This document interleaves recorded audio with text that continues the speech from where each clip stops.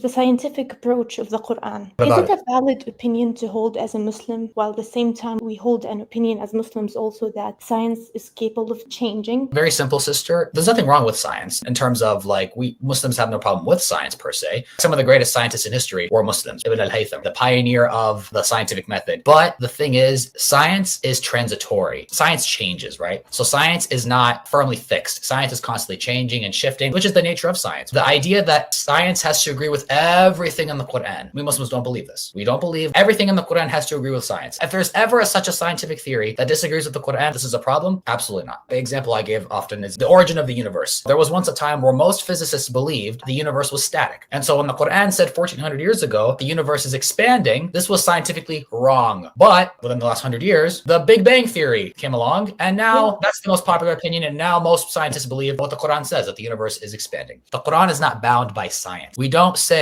the Quran has to agree with science on everything, because science does not always agree with what the Quran says, because science is shifting and changing. Some things science says Islam agrees with. There are some scientific theories that are perfectly aligned with Islam. There are some scientific theories that don't align with Islam. And there are some scientists who believe certain things that contradict Islam. Well, okay, that's fine. That's not a problem. Some developing theories that disagree with Islam is not an issue. If a Muslim out there says the Quran can never contradict science, this is a problem, because science is not our God. Science is not infallible. Allah is infallible. Science is not infallible. Science makes mistakes. Science is changing. Science changes its mind. You understand? This is the opinion Muslims should hold.